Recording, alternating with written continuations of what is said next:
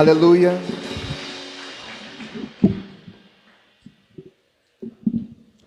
Aleluia. Por favor, fique à vontade, tome seu lugar. Boa noite, igreja. Aleluia, isso mesmo. Que dia abençoado hoje, amém? Dia abençoado para nós. Aleluia.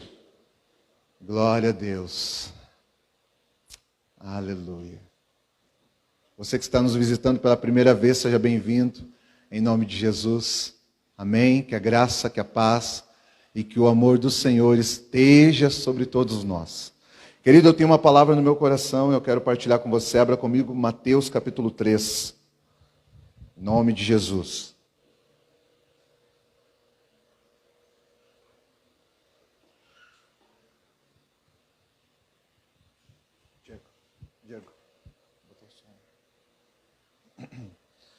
Quinta-feira agora, culto de mulheres. Irmãos, o culto de mulheres é violento, é tremendo aqui.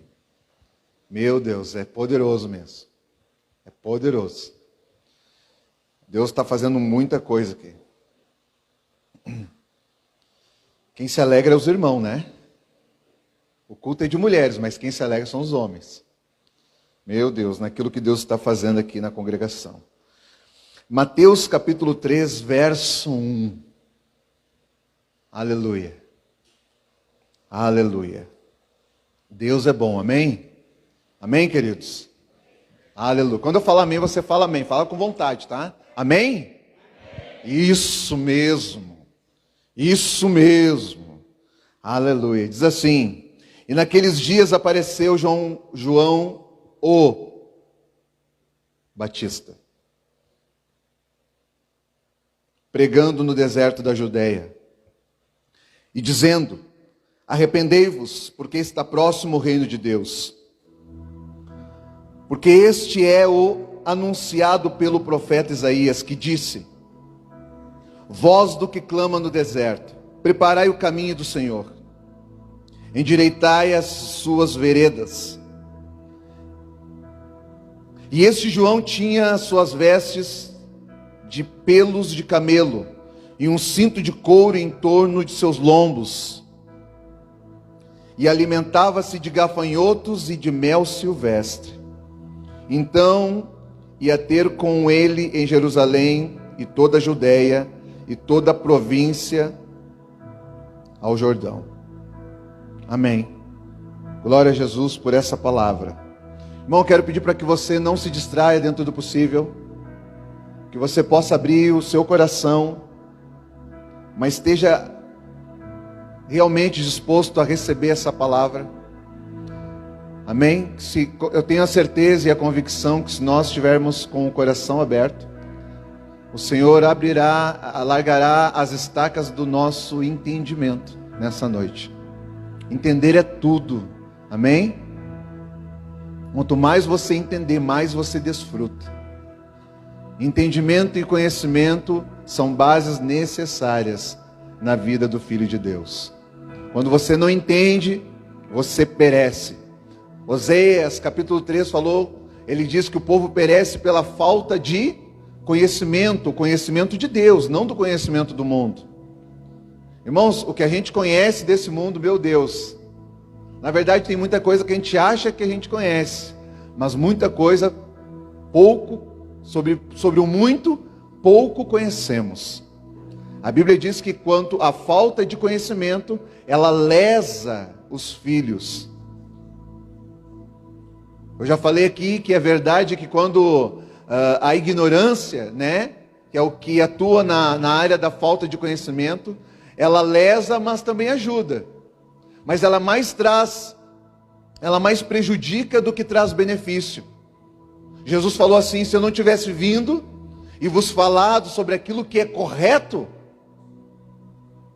vocês não poderiam ser cobrados. Ninguém pode ser cobrado de um pecado que não entendeu que está pecando. Não, isso seria uma prática de injustiça. E a Bíblia diz que Deus é justo. Então Deus não vai cobrar sobre aquilo que nós não conhecemos, não sabemos, não entendemos. Mas aquilo que foi falado e já sabemos, teremos que prestar conta.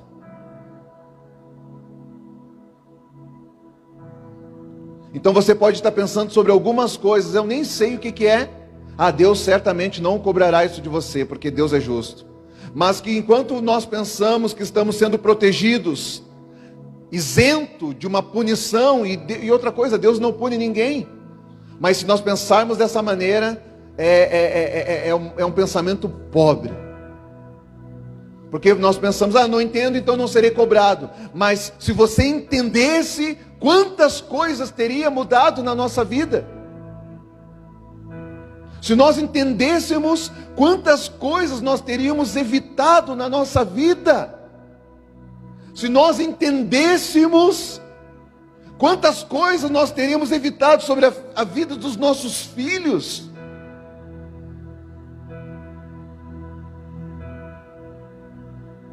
Às vezes a falta de entendimento é tão grande, que tentando andar como alguém que entende, a gente começa a tentar fazer coisas.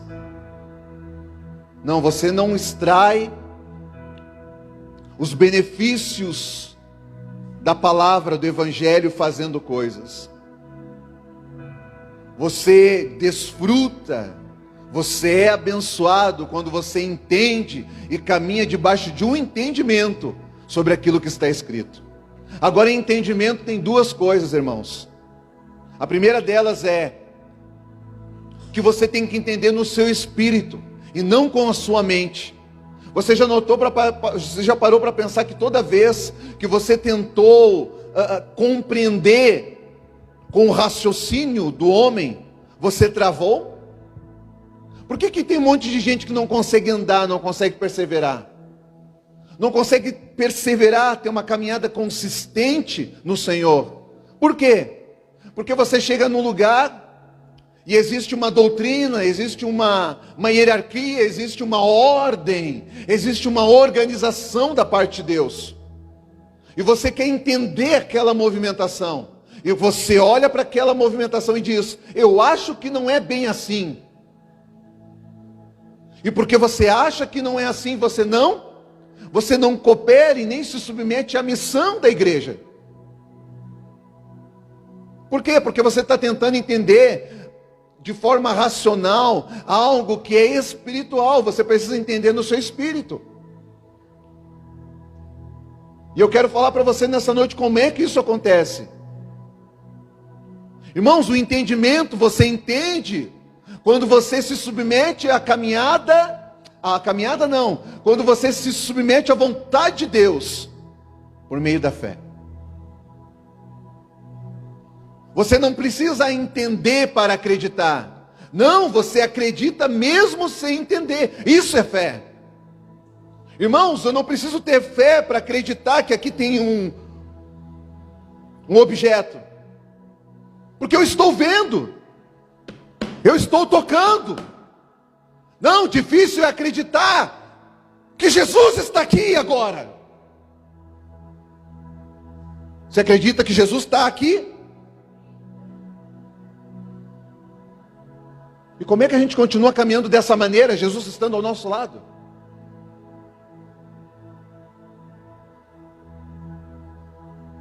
Como é que a gente continua dando continuidade? É bom, né? Não, como é que a gente continua na praticidade, na prática do pecado, Jesus estando ao nosso lado? Não, nós não acreditamos que Jesus está aqui. Nós acreditamos nisso aqui.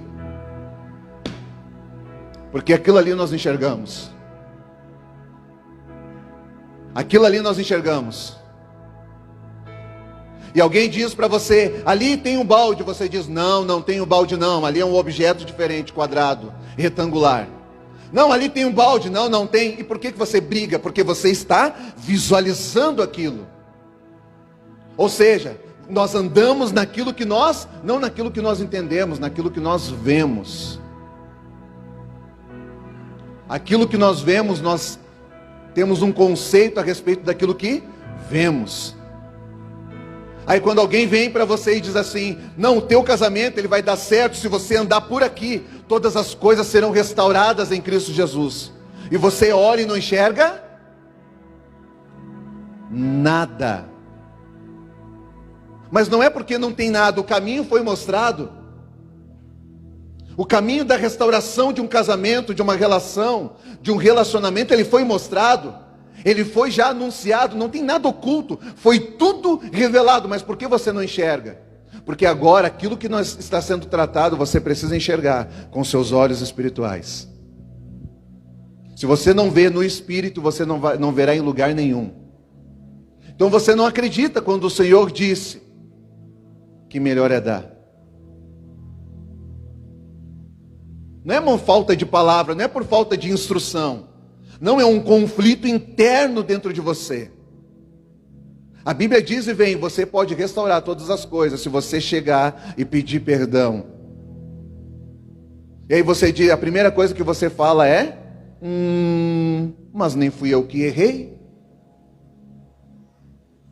Então você não acredita que o perdão ele é restaurador. Por quê? Porque na mente racional o perdão ele só é usado se você errar e conforme o erro que foi cometido. Então eu peço perdão. Irmão, tem coisas que nós erramos uns com os outros. E a própria nossa mentalidade, ela gera um argumento dentro de nós, dizendo que não sei se você errou, mas talvez dá uma olhada, talvez se tu errou, foi por causa do outro. Ou seja, até quando nós erramos, a culpa é do outro e nunca é nossa. Isso gera um senso, uma mentalidade de irresponsabilidade. Falta de posicionamento. Pastor, quem está falando tudo isso, pastor? Porque Deus é um Deus que prepara todas as coisas. Deus é um Deus de planejamento, é um Deus que prepara as coisas. Ele não é que nem nós que faz assim, ó. Tem que fazer tal coisa, a gente sai fazendo ali em cima da hora, sem planejamento, Não, Deus prepara todas as coisas. Você acredita que Deus é pego de surpresa? Você realmente acredita que alguma coisa, alguma situação pode pegar Deus de surpresa? Não. Não é porque Ele é Deus, mas é que Ele é preparado. Ele preparou todas as coisas. Antes de colocar o homem no jardim, primeiro Ele preparou um jardim para o homem.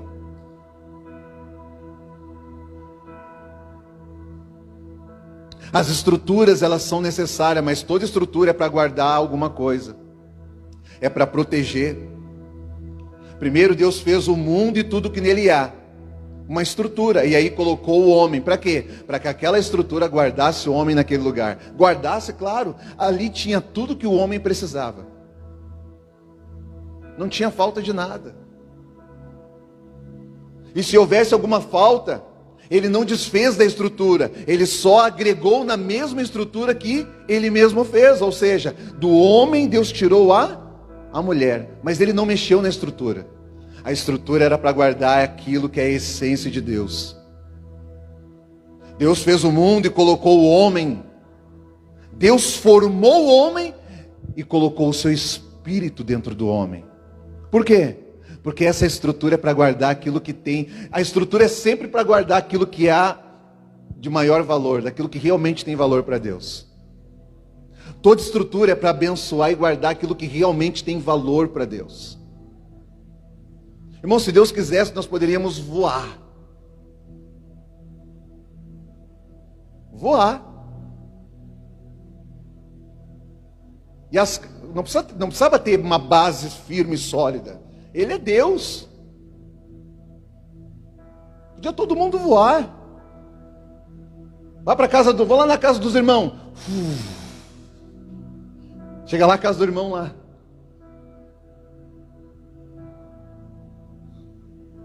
Ele fez do jeito que Ele quis, porque Ele é Deus.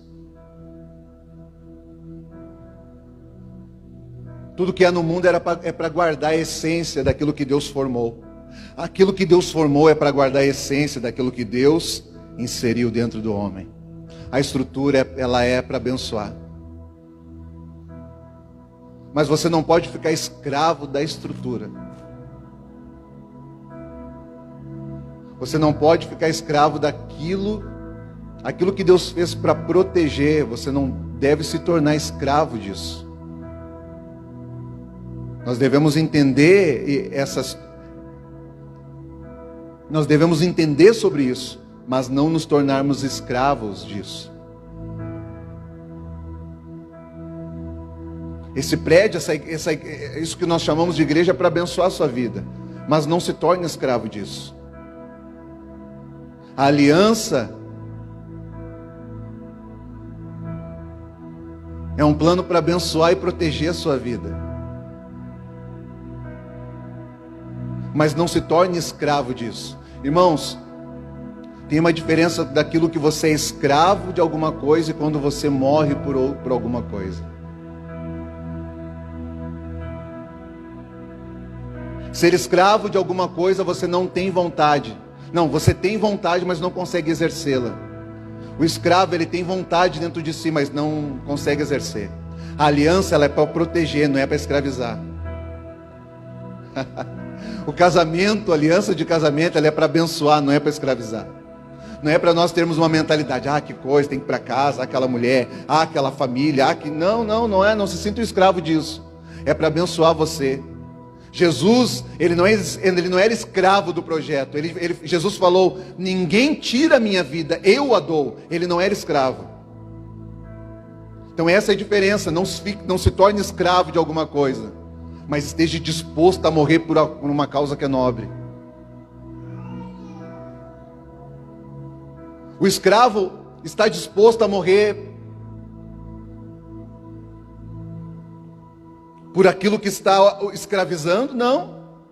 Só um livre morre por algo.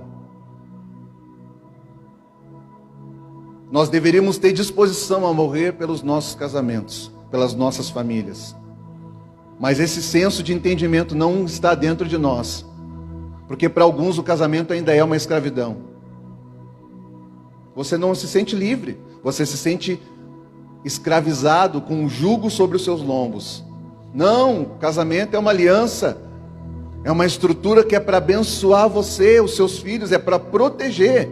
Toda vez que você olha para isso aqui é o símbolo de uma aliança, não tem valor algum.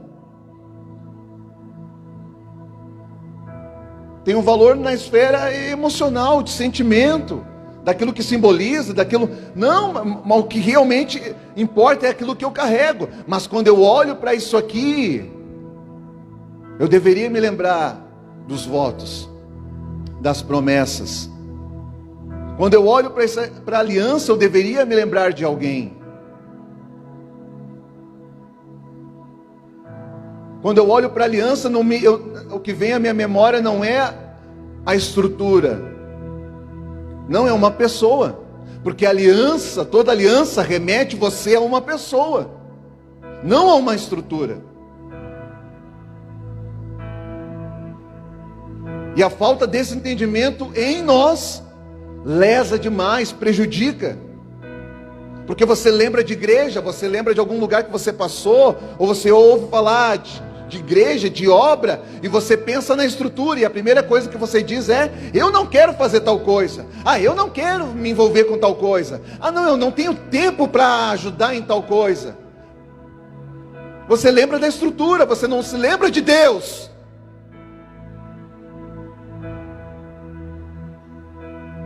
Você olha para a aliança e lembra da estrutura que Jesus formou, a estrutura de comunhão. Não, isso é para abençoar você.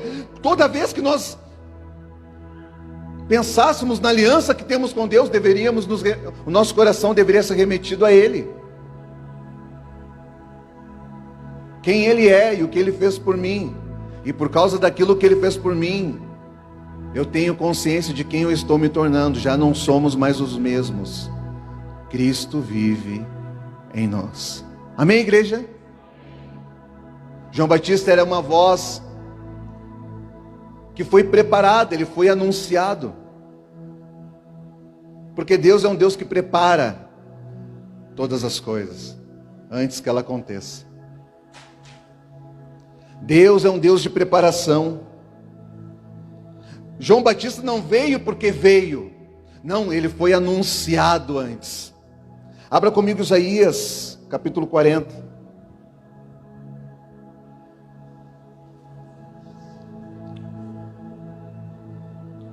Eu quero falar um pouquinho sobre isso, eu quero mostrar um pouquinho do cuidado de Deus conosco, comigo, com você, conosco.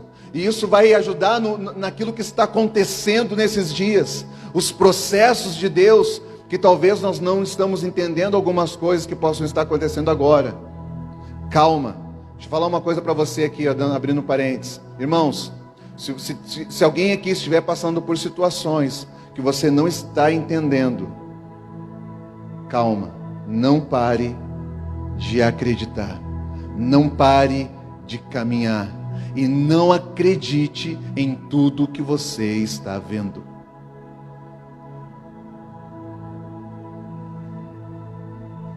Deus está fazendo coisas novas. Isaías 40, verso 1 diz assim: Consolai, consolai o meu povo, diz o vosso Deus. Falai benignamente a Jerusalém, e bradai-lhe que já a sua milícia é acabada, que a sua iniquidade está expiada, e que já recebeu em dobro da mão do Senhor por todos os seus pecados. Versículo 3. Uma voz clama: no deserto preparem o caminho para o Senhor. Façam no deserto um caminho reto para o nosso Deus. Todo vale será exaltado, e todo o monte e todo o outeiro será abatido, e o que é torcido se endireitará, e o que é áspero se aplainará.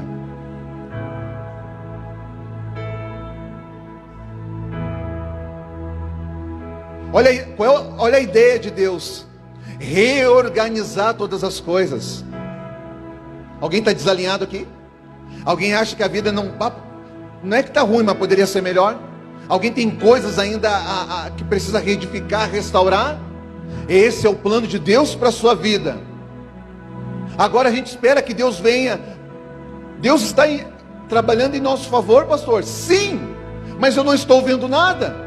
Não, você não está vendo, mas já foi anunciado. E aquilo que foi anunciado, Deus está trabalhando para que seja manifestado. Irmãos, aquilo que foi anunciado será manifestado. Todo o caminho será aplainado.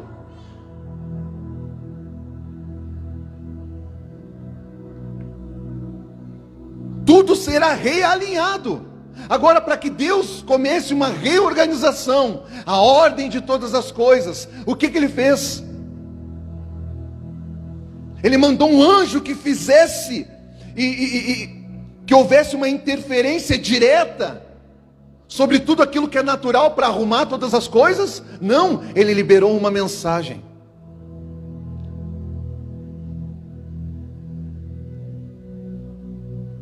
Porque Deus não foge dos seus princípios. Quando Ele quis formar algo, o que Ele fez? A partir de Gênesis capítulo 1, você sabe o que Ele fez? Ele começou a liberar a palavra. E na medida que Ele ia liberando, as coisas iriam se dando, se formando. E disse Deus, e disse Deus, e disse Deus, e Deus disse, e as coisas foram se formando. Agora Ele fala: consolai o meu povo. Gente, isso aqui é para nós, amém? Ele está falando: vocês serão consolados.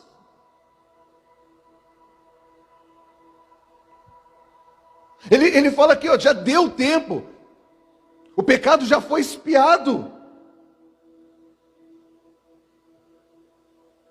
o vale será exaltado e todo o monte será abatido. Eu vou organizar as coisas diante de vós, eu vou organizar as coisas em vós. Ah, Deus vem fazer então. Já estou fazendo, mas eu não estou vendo. Irmãos, tem duas coisas que nós precisamos entender. Pelo menos Deus tem as multiformas. Talvez Deus até tenha alguns padrões para realizar algumas coisas. Mas a gente vai ter que entender o jeito que Deus se movimenta. Se você quiser entender, então às vezes o que você tem que querer não é ver. é ouvir. Porque aquele que quer ver, talvez não vai ver. Mas aquele que ouvir, verá o que Deus está fazendo.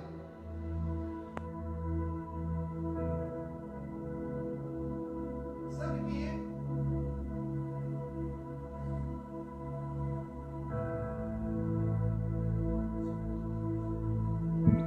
Aleluia. Sabe quem é que entendeu que Jesus era o Cristo, o Filho de Deus? Aquele que ouviu e acreditou. Foi aquele que ouviu o que o Espírito diz à igreja. Foi aquele que ouviu o que foi falado sobre o Messias. Porque aquele que quer ver para crer, alguns chegaram diante de Deus e falavam assim, ó: Senhor, se tu és o Filho de Deus, faz algum sinal aí para que nós acreditamos, para que nós venhamos acreditar. Tu és o Filho de Deus mesmo? Faz tu algum sinal aí, e aí eu vou acreditar. Não, irmão, esse é o nosso problema. Às vezes a gente quer ver as coisas, não vai ver.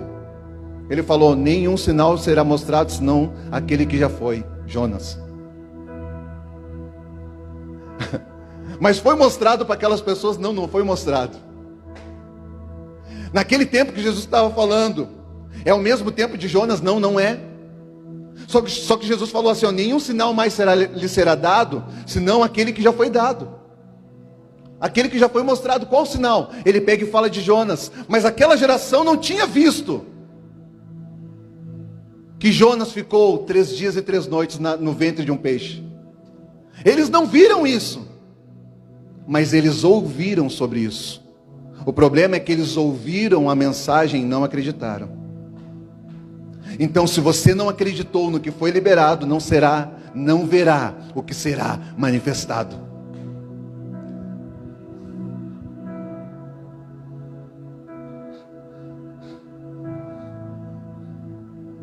Sabe quem é que viu que Jesus era o Cristo? Sabe quem é que viu que Jesus realmente era o Filho de Deus e não o filho de José? Aqueles que acreditaram na mensagem de Jonas. Esses viram. Por quê? Porque a caminhada com Deus é por fé, irmãos.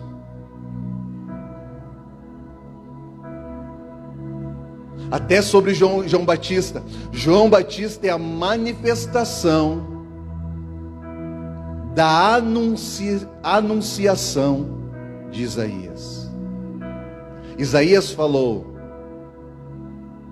voz do que clama no deserto, preparai o caminho. Isaías anunciou, no tempo de Deus, João se manifestou. Aí João Batista, ele vem um homem natural, tocável, palpável. Agora então nós estamos vendo que Deus começou o seu propósito sobre aquilo que ele falou que iria fazer. Vemos na pessoa de João Batista. Mas isso quer dizer que começou ali então em João? Não, começou lá em Isaías. Quando Isaías anunciou a voz do que clama no deserto. João era só uma manifestação de uma anunciação. Irmãos, é isso que eu estou tentando dizer para você. Se Deus está falando que Ele vai fazer na sua vida, não espere ver para crer, comece a acreditar agora, porque a diferença vai fazer é quando a palavra for liberada no seu coração. Abra comigo Isaías 43. Ah, Jesus.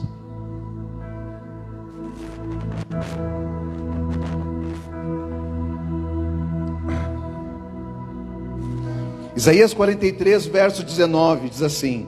Coloca para mim aqui no telão. Isaías 43, verso 19. Vejam, estou fazendo uma coisa nova. Ela já está surgindo. Para você isso aqui, ó. Lê aqui comigo no telão aqui, gente. Vejam, isso aqui é para você. Estou fazendo uma coisa nova. ela já está surgindo. Vocês não reconhecem? Por acaso vocês não estão vendo? Até no deserto vou abrir um caminho e riachos no ermo.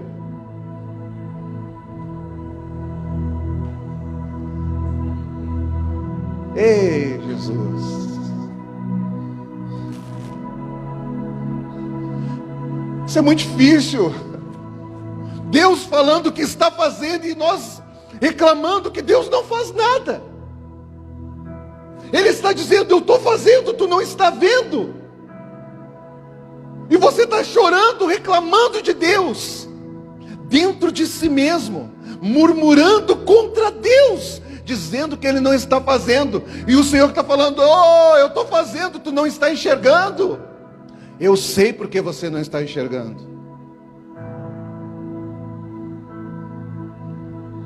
Você não verá a manifestação se você não acreditou na anunciação.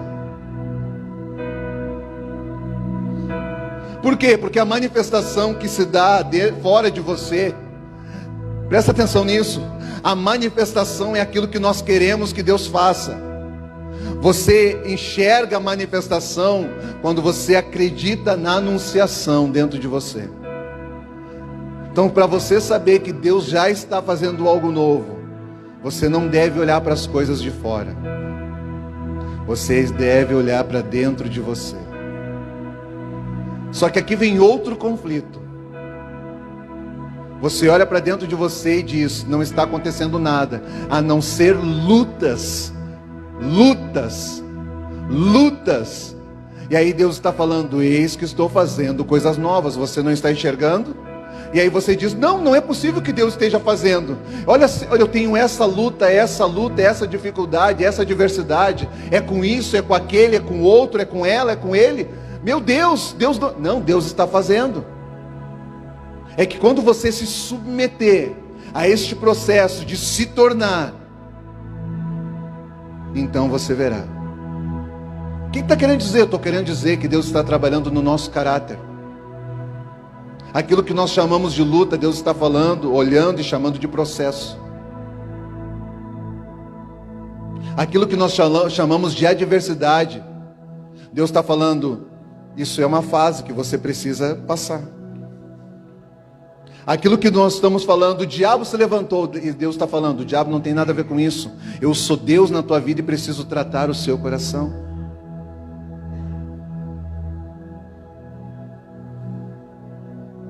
Por quê? Porque eu não posso colocar recursos, eu não posso colocar você numa posição, eu não posso te usar, eu não posso te colocar naquele lugar. Você nasceu para algo, só que com esse coração não.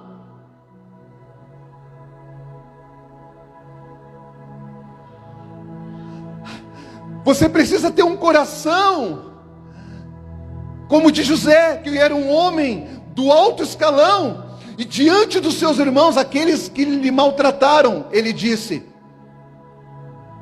é verdade que vocês me causaram mal, mas Deus usou tudo isso para fazer o bem. Não precisam ter medo. Eu não vou usar da minha autoridade para me vingar de vocês. Você precisa entender que Deus não pode colocar você fazer você de uma pessoa de uma alta autoridade, porque pessoas que feriram, que pisaram, quem sabe que machucaram você, vão pedir ajuda para você, e você não pode dizer não, porque o reino, ele diz não para o pecado, não para as pessoas. Então você vai ter que ter um coração como o de José, que diante daqueles que feriram ele, tendo autoridade para matar, ele disse: eu vou servir vocês, eu vou dar casa e comida. Você também precisa ter um coração como o de Jesus. Você consegue estar pregado numa cruz e olhar para aqueles que pregaram você e dizer: Pai, perdoa eles, porque eles não sabem o que estão fazendo.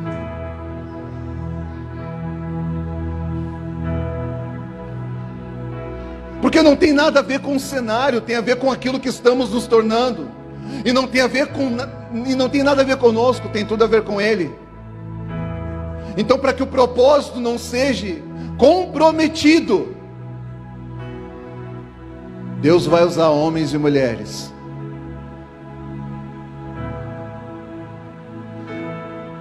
que acreditaram na mensagem. Sabe quem é que vai se tornar? Aquele que acreditar.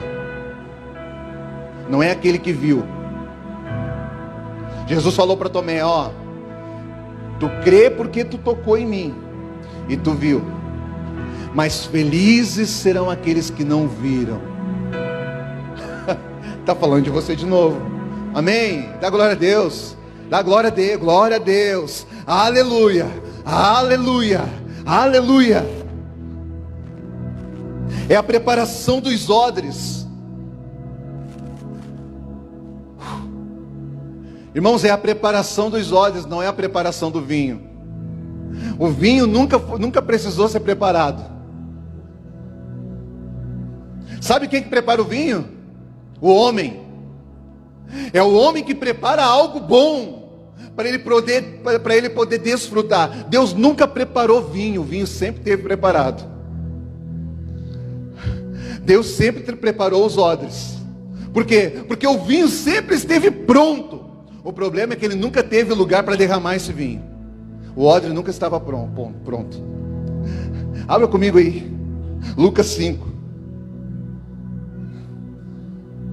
Hoje eu tô bem pastor assim, bem bíblico. Pastor, tu não é bíblico.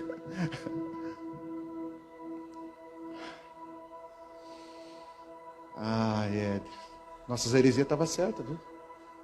Mas não estava tão desviado até.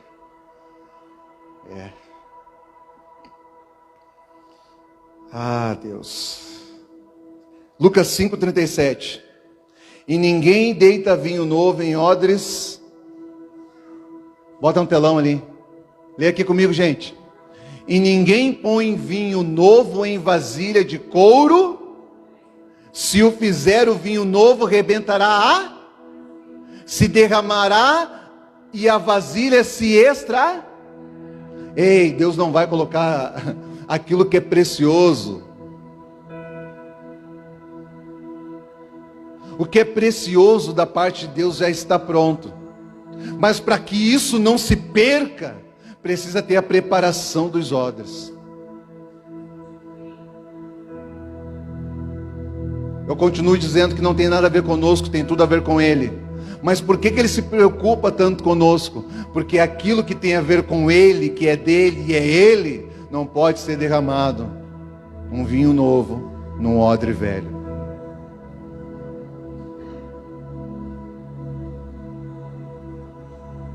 Eis que estou fazendo coisas novas, vocês não estão enxergando? Ei, irmãos, eu sei que nós somos bons na preparação do vinho. O homem prepara vinho ou não prepara? Claro que prepara, tem até o processo natural aí.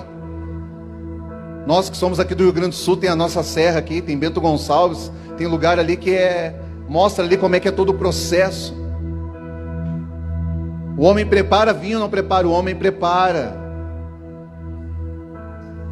Agora, qual é o vinho que o homem prepara? O homem prepara o vinho que é da sua esfera. É o único vinho que ele pode preparar, o único vinho que ele pode produzir. O homem pode produzir tudo aquilo que está na sua esfera de homem. Só que o problema é que esse vinho, ele tem data de validade. Ele vai te fazer rir, vai te fazer rir. É bom, não é ruim, não é ruim. Nem tudo que é do mundo é ruim, não, tem muita coisa boa. O homem sabe produzir vinho, sim, e é bom o vinho, só que não é eterno. Tem data de validade, não dura para sempre.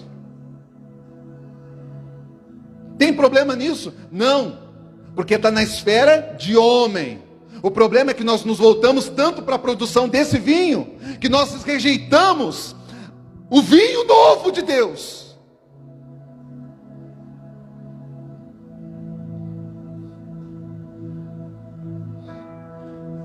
Vamos vamos lá fazer algo para Deus. Não, eu comprei um campo. Alguns dizem assim, ó, eu comprei um campo novo, eu preciso lá ver. Ei, irmão, vamos lá no culto lá hoje. Não, eu comprei uma boiada. Não vou poder. Ô irmão, vamos lá ajudar a igreja a pintar a igreja. Vamos pintar de branco, já que tu reclama que ela é de preta. Não vou poder. Por quê? Porque eu estou preparando o meu vinho. Eu estou trabalhando para uma coisa aqui. Eu estou com um projeto pessoal aqui. Eu estou com um plano aqui. Eu tenho um plano. Eu tenho um plano no meu coração. Eu estou com uma ideia que eu preciso trabalhar nisso. Está preparando o seu vinho. Pastor, tem problema? Não tem problema preparar o seu vinho. Só não troque esse vinho pelo vinho de Deus.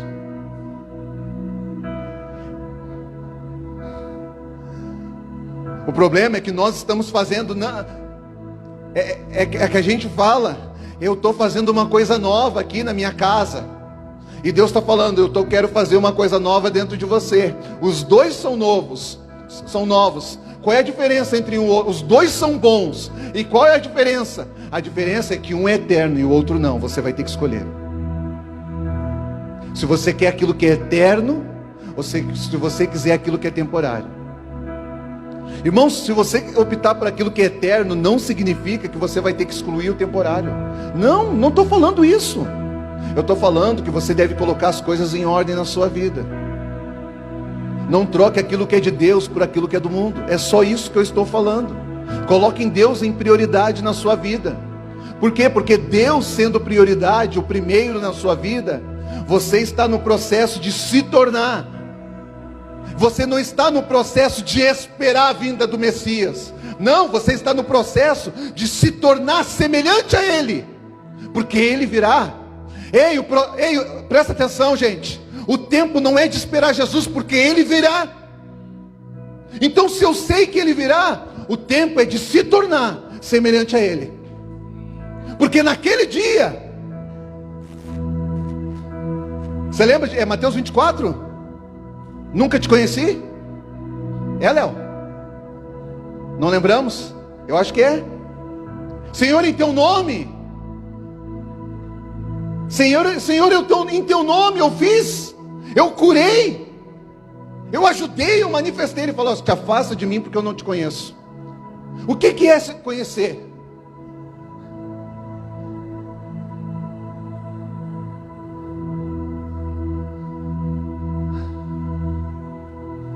O que define não conhecer, não te conheço, para eu te conheço?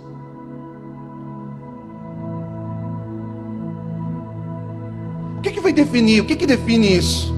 É aquele que estudou sobre Jesus? É aquele que leu a Bíblia 10 vezes? Não, tudo isso é importante também. Você lembra quando Judas foi, que ele tinha traído Jesus e foi com os guardas para prender Jesus? Os guardas não sabiam quem era Jesus, porque eles eram tão parecidos, que mesmo sendo 11, ao mesmo tempo era um. Se Judas tivesse beijado a Pedro, eles teriam prendido a Pedro.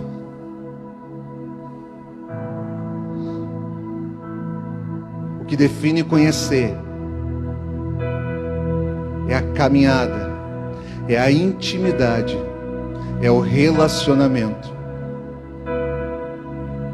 Nunca teve a ver com obras, nunca teve a ver com aquilo que você fez para Ele. Sempre teve a ver com aquilo que nós... Intimidade.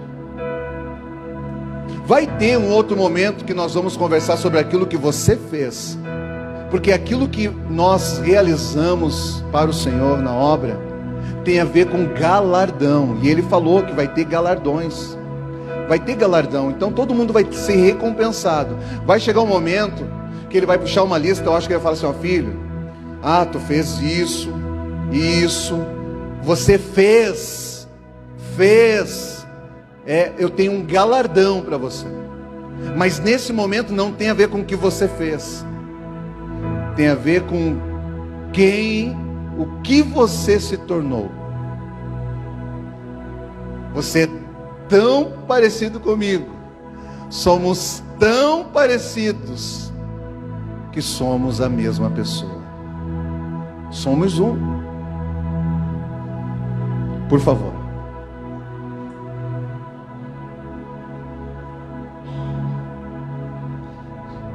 Nunca teve a ver com o vinho.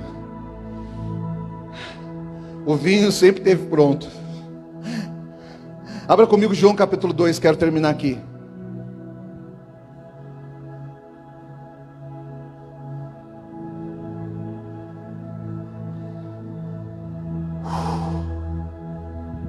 João 2.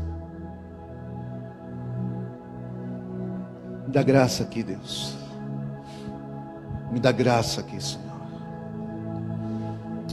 Vem com a tua presença aqui nesse lugar, Espírito Santo.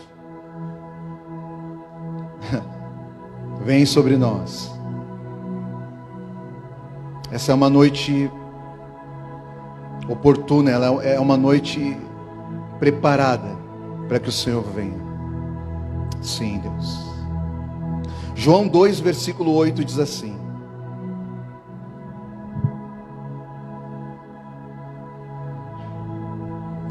e disse-lhes: tirai agora e levai ao mestre-sala. E levaram.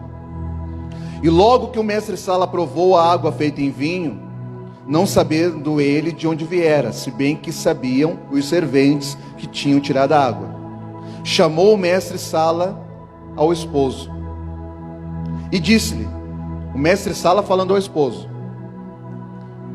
todo homem põe primeiro o vinho bom, e quando já tem bebido bem, então o inferior, mas tu guardaste até agora o bom vinho.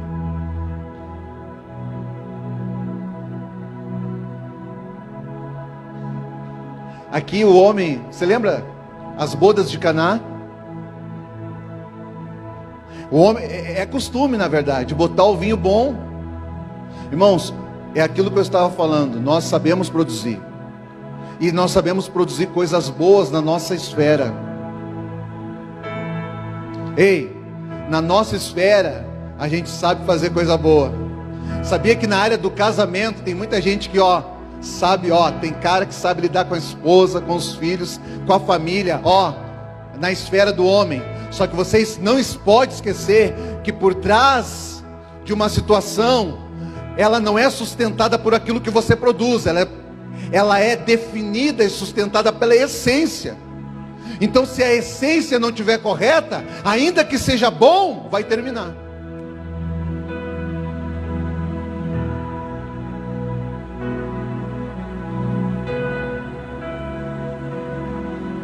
Por que tem casais que querem se separar?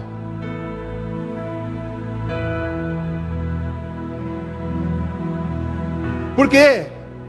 Não é pela situação só em si, a situação é a manifestação daquilo que está borbulhando dentro de cada um.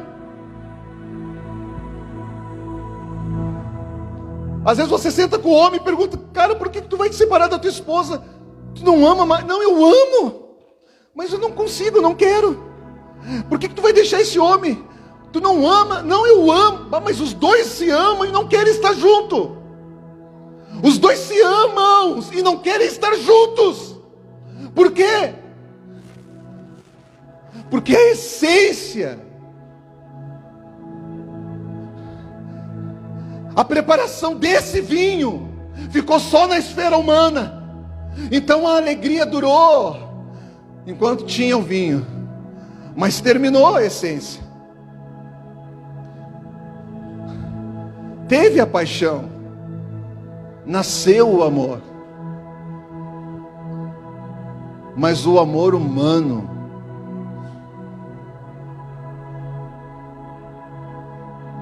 ele não é falso, ele é verdadeiro, mas ele não é eterno. Chega um momento que ele começa a ficar até condicional. E tudo aquilo que você começa a impor muita condição, presta atenção aqui, todo o excesso de condição vai gerar escravidão. Tu me ama, então faz isso para mim. Tu me ama, então faz isso por mim. Tu me ama, então não vai. Tu me ama, então vem. Tu me ama, então faz. Agora já não é uma questão de amor, é escravidão. É manipulação de uma pessoa sobre a outra. Isso não é amor. Sabe o que é amor? Amor é João capítulo 13, 16. Deus disse que amou e manifestou Cristo. E deu em favor de nós. E disse: eu quero vocês porque amo vocês. Mas não vou obrigar você a estar comigo, a menos que você queira pela sua vontade própria. Amor não é prisão.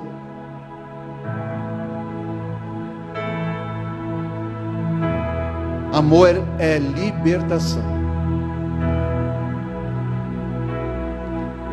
Amor é você decide, se posiciona e então faz.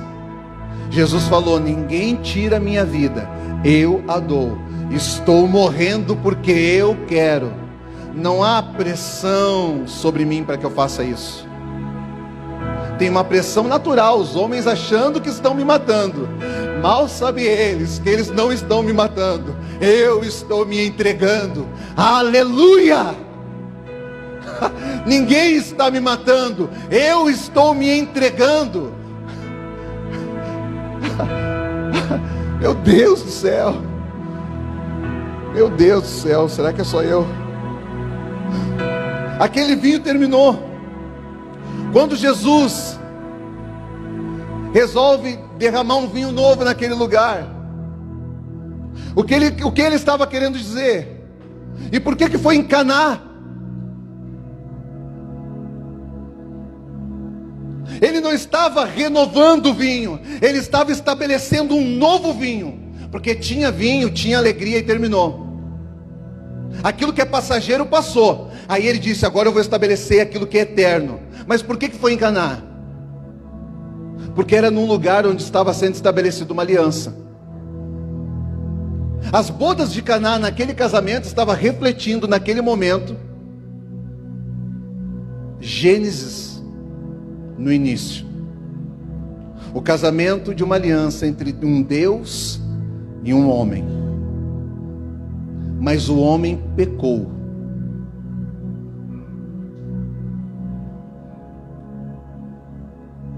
E porque ele pecou, ele se separou, se afastou. A aliança foi quebrada. E você não pode quebrar uma aliança. Deus é um Deus de aliança. Se tem uma das coisas que Deus mais zela, é por uma aliança. Aí Jesus vem, o Cristo. E o primeiro milagre é num lugar onde está sendo estabelecido uma aliança. Por quê? Porque ele estava querendo dizer que a mesma aliança que se perdeu lá no início entre Deus e o homem, eu estou estabelecendo agora entre Deus e o seu filho, os seus filhos, a igreja. Estou estabelecendo hoje, não estou renovando o vinho que já tinha. Estou estabelecendo agora uma aliança, um vinho eterno. É algo que é para ficar. O ambiente, o cenário, era um ambiente de testemunhas. O cenário era um ambiente onde tinha testemunhas. Testemunhas estavam vendo que duas pessoas estavam se unindo.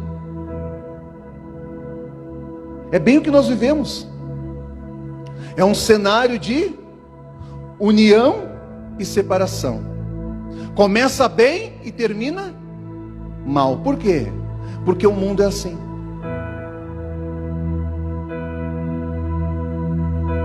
No começo era festa.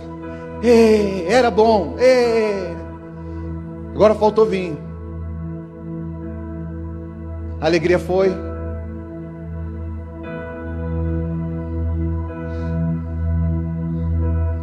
Começa a entrar a desonra. Começa a entrar. Não vai sustentar. não vai sustentar. Não tem essência. O que sustenta é a essência, não é a estrutura por si só. O que sustenta uma estrutura é a essência. Uma aliança sem uma essência de entendimento do porquê estou entrando nessa aliança, ela vai se desfazer.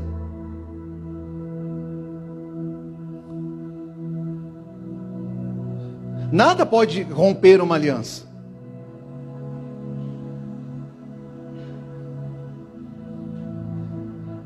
Nem a morte rompe uma aliança. Uma vez Jesus falou: eu sou o caminho, a ressurreição e a vida. Quem crê em mim, ainda que morra, viverá. Mas quem é que viverá? Quem creu. Creu no quê? No que ele falou. O que ele falou? Que todo vale será aplanado. Como os vales serão aplanados? Quando você ouve e acredita no que Deus falou. O que Deus falou? Ah, Deus falou: ame o Senhor teu Deus de todo o teu coração, de todo o teu entendimento e de toda a tua força. Então, ame o teu próximo. E quem cumprir esses dois, cumpre toda a lei.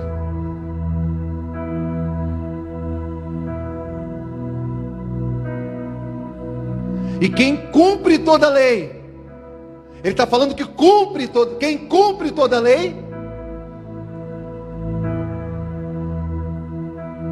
são aqueles que correram a sua carreira, combateram um bom combate, guardaram a sua fé. Como é que você guarda a fé? Você guarda a fé quando você guarda os princípios e valores do Evangelho de Cristo no seu coração. Como é que eu guardo? Você guarda no coração, mas vive com a sua vida. Como é que eu guardo? Você guarda no seu espírito.